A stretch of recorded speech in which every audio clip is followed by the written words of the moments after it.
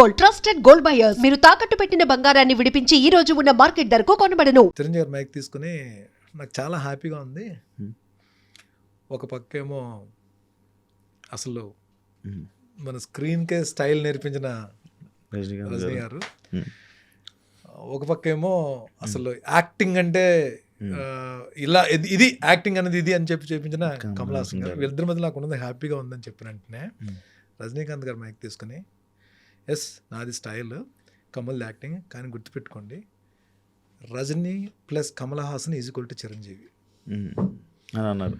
ఒక రజనీకాంత్ ఒక కమల్ హాసన్ కలిస్తే వచ్చిన ఒక ఇది చిరంజీవి అంటే మా ఇద్దరు కలయిక ఆయన ఉంటుంది అనగానే తెలుగోళ్ళు కొట్టారబ్బా క్లాప్స్, గోల గోల అరుపులు, అసలు అంటే వాళ్ళకి తెలియని ఆనందం. అక్కడ చెన్నైలో తెలుగోళ్ళు అరుపులు దట్ ఈస్ మెగాస్టార్. అంటే వీళ్ళందరూ సాధించిన, నేను మెగాస్టార్ని చూసి ఫాలో అవుతారు, మెగాస్టార్ని ఇన్స్పిరేషన్ తీసుకుని చాలామంది వచ్చారు ఇండస్ట్రీకి, కానీ ఆయన ఎందుకు మెగాస్టార్ అయ్యారు? ఇంకా ఈరోజుకి ఆకలితోనే ఉన్నారు ఆయన, ఈరోజుకి ఆకలితో ఉన్నారు. ఆకలి అంటే దాని అంటే రావాలి అని తపన, వేషం నేను చెయ్యాలి అని తపన, నాకు ఒక వేషం రావాలి. మీకు కొన్ని ఇన్సిడెంట్స్ అవి చాలా మంచి, అంటే మీ వెళ్తున్న కొద్ది మీకు అర్థమవుతుంది ఈ స్క్రీన్ మీ షూటింగ్స్ అప్పుడు. వెళ్ళి ఆ సెట్లో, బాహుబలి సెట్లోకి వెళ్ళిన వెంటనే ఎంత సెట్ అంటే ఆ సెట్లో ఎక్కడో ఒక నలకలా ఉన్నాను నేను, అంత సెట్ అది. ఒడి అమ్మ గట్టప్పేసి వెళ్ళి నించుంటే ఆ మేడం వచ్చి, రమా మేడం వచ్చి, ఆవిడే బొట్టు చిన్న తేడా ఉంటే ఆవిడే సర్దేస్తున్నారు. అంత గాబరా ఉంది. తీరా చూస్తే వెనక్కి తిరిగి చూస్తే నా వెనకేమో నా చేతిలో ఒక కత్తి పెట్టి నా వెనక ఒక 2000 మంది ఉన్నారు. ఏమో నేను 2000 మందికి నేను రిప్రజెంట్ చేస్తున్నానా? వెనకాతల నా సైన్యం. ఈడు మార్తాండ వర్మ. ఇటు చూస్తేమో ఆవిడ సింహాసనం మీద రమ్యకృష్ణ గారు కూర్చున్నారు, ఒక పక్కేమో నాజర్ గారు, ఒక పక్కేమో సత్యరాజు గారు. ఇప్పుడు అక్కడి నుంచి మైక్లో బర్నీ రెడీయా రెడీ అని డైలాగ్ అని చెప్పండి. నిజంగా అంటే ఇట్స్ కైండ్ ఆఫ్ అది అంటే నేను మాటలో చెప్పలేకపోతున్నాను. ఆ క్షణం జస్ట్ వీఆర్ ఆర్టిస్ట్. ఒక యాక్షన్ అని చెప్పి ఒక రాజమౌళి గారు లాంటి డైరెక్టర్ గారు యాక్షన్ అని చెప్తున్నప్పుడు రమ్యకృష్ణ గారికి అక్కడ సత్యరాజ్ గారు, ఇక్కడ నాజర్ గారు ఉండగా, నా వెనక ఒక 2000 మంది ఉండగా అసలు ఏమ్మా ఇరుచుకుని డైలాగ్ చెప్తుంటే అసలు ఆ షార్ట్ అయిపోయిన తర్వాత మధ్యాహ్నం అన్నం కలుపుతుంటే ముద్ద కూడా వెళ్తుంది నోట్లోకి.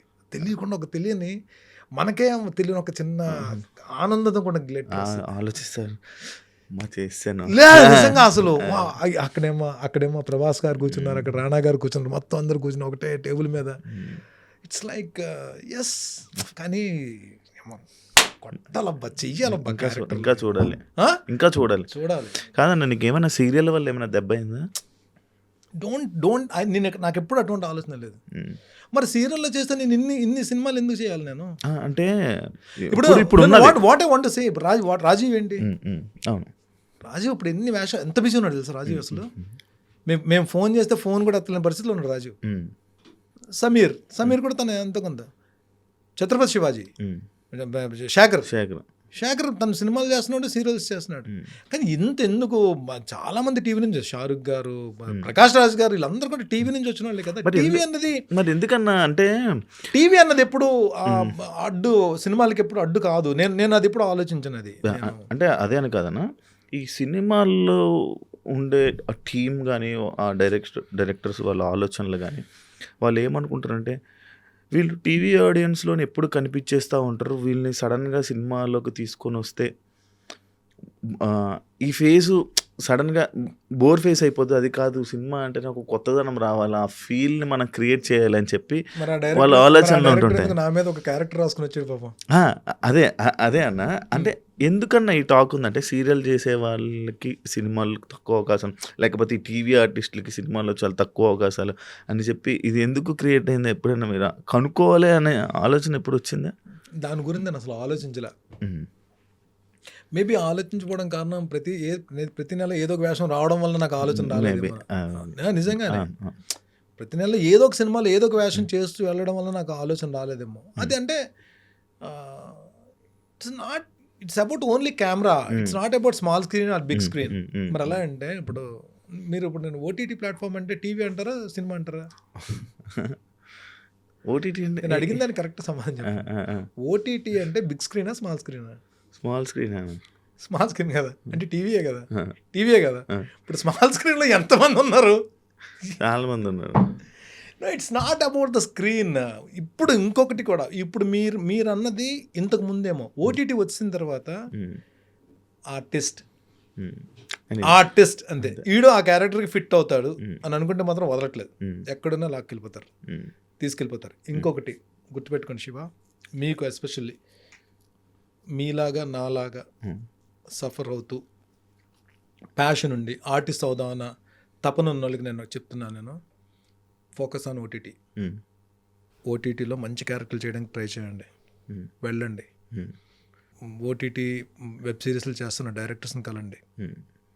2 సాలిడ్ ఓటీటీస్లో మీకు మినిమం గ్యారంటీ ఉన్న ఒక మినిమం లెంత్, ఒక 4-5 ఎపిసోడ్లు ఉన్న క్యారెక్టర్ రికగ్నేషన్ వచ్చే క్యారెక్టర్ పడితే ఆటోమేటిక్గా మీకు కాల్ వస్తుంది సినిమా.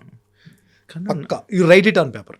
ఈ అవైలబిలిటీ అండ్ ఈ ఆర్టిస్టుల అవైలబిలిటీ ఎక్కువైపోవడం వల్ల సీనియర్ యాక్టర్లకు కానీ అప్పటి నుంచి ఉన్న ఇండస్ట్రీలో ఆయన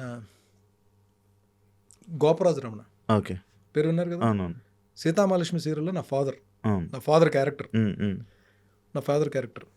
కరోనా టైంలో ఒక చిన్న వెబ్ మూవీ లాంటిది ఏదో చేశారు, ఓటీటీకి చేశారు అది ఒక చిన్న వెబ్ మూవీ ఓటీటీకి చేశారు. అసలు ఈరోజు ప్రతి సినిమాలో ఆయన కనబడుతున్నాడు. ఆయన ఫస్ట్ అది తీసేయండి, మైండ్లోంచి అది తీసేయండి. టీవీ అన్నది మనకు అడ్డు అన్నది అందరు ఆర్టిస్టులు చెప్తున్నాను. ఏదైతే టీవీ వలన మనకి ప్రాబ్లం వస్తుంది అనుకుంటే అది తప్పది.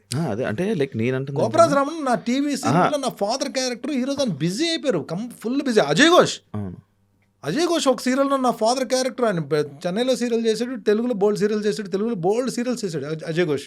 అంటే అదే అంటున్నాను నేనేమంటున్నా, ఇక్కడ అజయ్ ఘోష్ ఇప్పుడు బిజీ ఉన్నాడు కదా. అవును, అంటే నా పాయింట్ ఇది. ఈ టైప్ ఆర్టిస్టుల అవైలబిలిటీ ఎక్కువ అయిపోవడం, అంటే ఆర్టిస్టులు ఎక్కువ కనిపించడం. ఇప్పుడు సోషల్ మీడియా, ఇన్స్టాగ్రామ్ ఇన్ఫ్లుయెన్సర్లు అని చెప్పి, లేకపోతే ఈ వెబ్ సిరీస్లు అని చెప్పి వీళ్ళందరినీ కాస్టింగ్ చేసుకుంటుంటే మిగతా మన పెద్ద ఆర్టిస్టులు అందరినీ తగ్గుతున్నారు కదా.